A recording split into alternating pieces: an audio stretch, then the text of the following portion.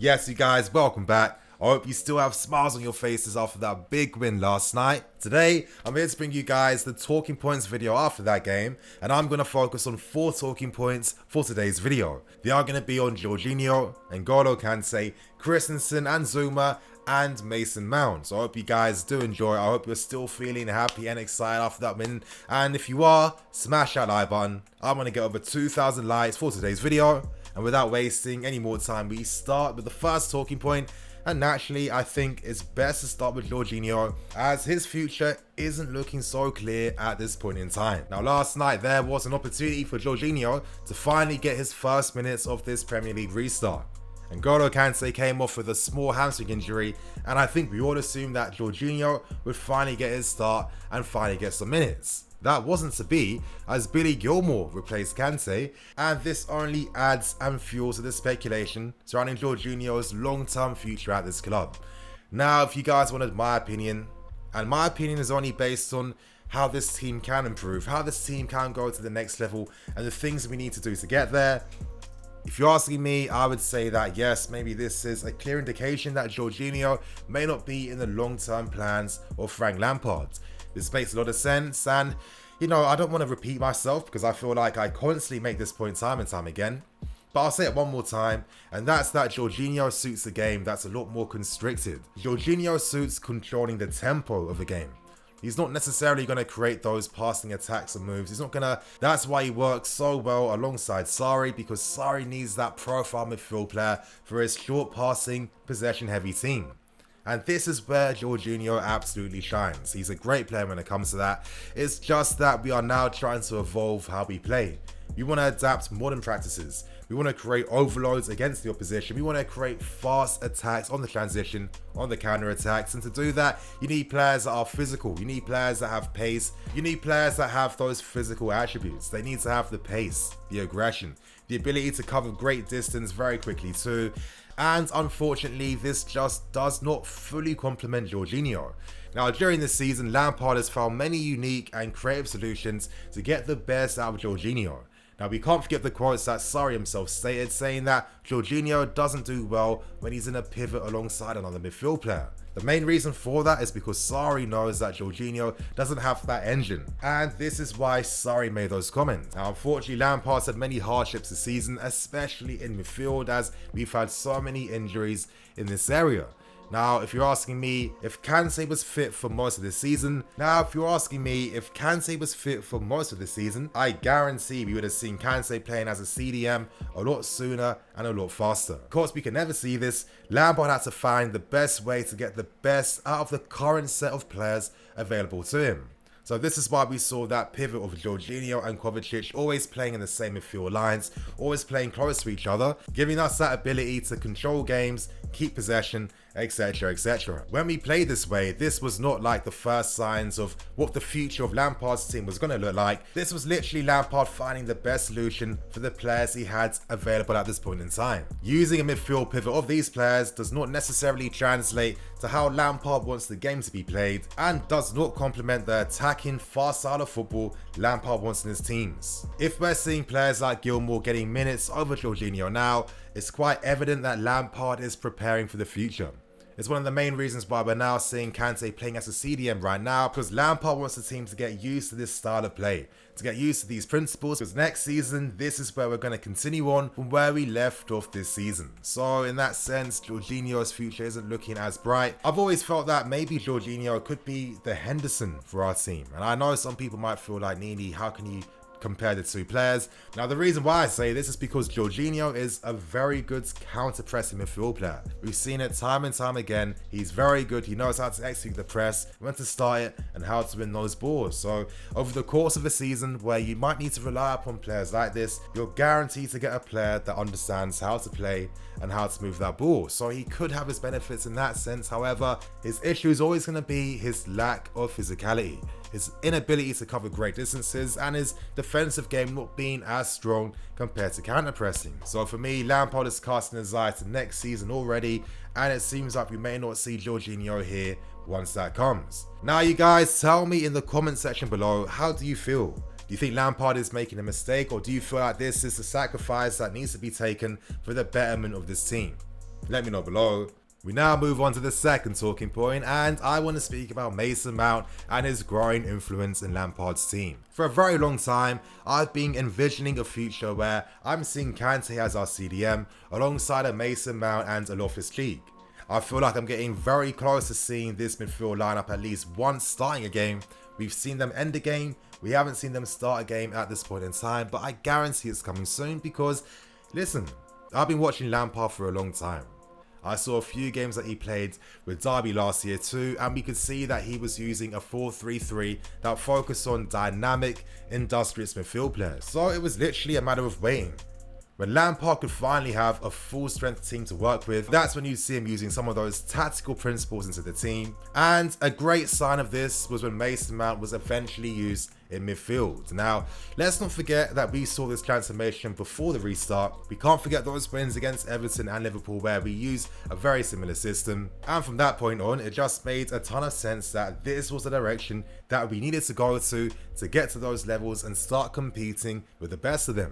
Mason Mount came out after the game saying that having an N'Golo Kante behind him allows him to play his game even more because it means that you don't have to necessarily run back every single time, knowing that Kante is in behind, mopping up that danger, winning those counter-attacks and recycling possession. This is the beauty of having two 8s with a CDM in behind them. It gives you more fluidity, and most importantly, it does give you an extra man to break a team down with. Now, when we used that pivot of Jorginho and Kovacic, as I've been stressing, they played very close to each other. Of course, there were times where Kova was allowed to go on a run and he'd carry that ball forward, but most times they played in the same zones and in the same areas. So this meant that at times that I felt that we lacked one more man to break a team down in the final third. Sometimes you need an extra opponent to create that run in behind, make that late arrival, exploit that space that was made, and when you use a team that has two players playing in the pivot, sitting very deep, then of course you lose out on a man in the final third. So ever since we've used this new system, Mason Mount is absolutely shining. We are seeing the very best of the player. He is more involved in the game, more involved in the ball, and that's because he's commanding it a lot better. Mason Mount is a player that I've always compared to De Bruyne, as I stress, not because he's like the identical version, but due to how he's going to be used by Frank Lampard. Now with De Bruyne, is he necessarily playing as like a traditional number 10 that's like receiving the ball with his back to play? Of course not. De Bruyne is part of a midfield 3 where he's kind of like a Mazzala style player. He makes those wide runs from midfield, he operates in the right hand side channel, he operates between the lines, etc, etc. That is the type of playmaking ability now that you need to see in this team, and this is what we are getting with Mason Mount. Throughout the game last night, he was executing so many passes between the lines, with even Cesc Fabregas tweeting that Mason Mount is running the show. And Fabregas knows about passing and knows how to create for the team. If he's giving praise, then you know that it's justified and it's 100% correct. I guess to end this point, I just want to mention, wow, it's been quite funny in the sense that there's been so many arguments and online beefs around Mason Mount not being good enough. When a lot of people, not just me, a lot of people have said that we're not seeing the very best of him due to the position he's playing in. Now he's playing in his best position, you're seeing an absolutely different type of player, and it just further cements what I constantly keep saying: always think about the long term. Think about the future. If you're focusing your team around guys under the age of 23, 22, you need to have patience. That is the only way, and it's natural that once Mason has got more acclimatized to the league, once he's felt more confident in the team too, you are seeing an even better player that's only going to improve as time goes on. We now move on to the third talking point, and I want to speak about the Zouma and Christensen partnership we saw last night. Now, these two are the two that I want to see play together all the time. And I understand that there's been many difficulties, and I think a lot of them have come down from these guys not really getting too many games together and not really clocking up those minutes together. Yesterday though, it was the first time I personally felt that confidence. I felt inspired that, okay, this combination could actually work and be quite strong. I saw things I wasn't seeing in other games. I saw that aerial ability that Zouma brought, but I also saw that teamwork. There were times where maybe Christensen had to get bailed out, and I saw Zouma in behind, and vice versa. And I just think sometimes when I've seen Rudiger and Christensen, it feels like two very good defenders playing together. There's no real defensive relationship. Yeah, when it comes to playing out from the back, they can do that easily. But when it comes to literally defending as a team and covering your partner and sensing that danger, having that instinct, I haven't seen it. I think credit has to go to Zouma. I feel like he has also improved as the season has gone on. Now, last night against Watford, he was playing a lot of very good passes between the lines. In particular, he found, I think, Ross Barkley in, with tons of space in the final third and marked. Great sharp pass, slow driven. He was playing those types of passes throughout the game too, and he seems to be a lot more confident with his use of the ball and his distribution. Every game he plays, he's clocking up to 90% pass completion rate. I just think that now that Zouma is demonstrating that he can move the ball, he can provide a presence playing out from the back. Hopefully Lampard is going to be encouraged by this and test more games out together with Christensen and Zouma. I honestly feel together these two could really work if they get that time to just work on that relationship and work on that partnership. Both these players are fast. I think they read the game very well too. They can both pass out from the back as well, and I think they understand how to keep their positions too. It's not very often I'm seeing Zouma playing anyone on sides or being out of position, and it's the same thing for Christensen. They're at a very good age at 24 and 25 years old, where let's hope that as the season unwinds and if they do play the remaining 5 games together, only getting better, this could be something we could see from the start of next season.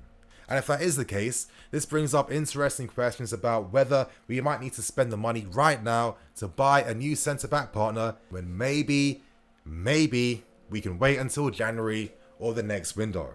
I'm going to leave that question to you guys. How are you feeling? Do you want to see more of Zouma and Christensen together? Let me know below. And to end things with the final talking point, I want to speak about N'Golo Kante and his recent injury.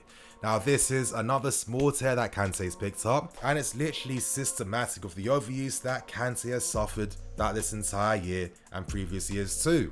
Now, I did a massive video just analysing Kante and his situation, breaking down his injury history and how he got to a position where a lot of people in the fan base were actually entertaining the idea of even selling him in the first place.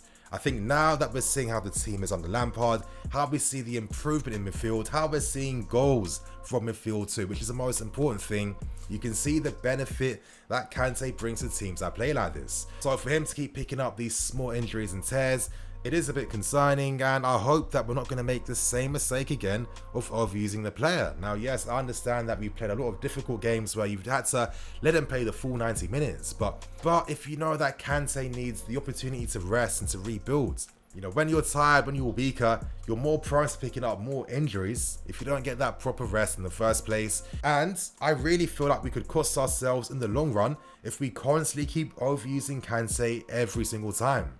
We're seeing the benefit we get from having him.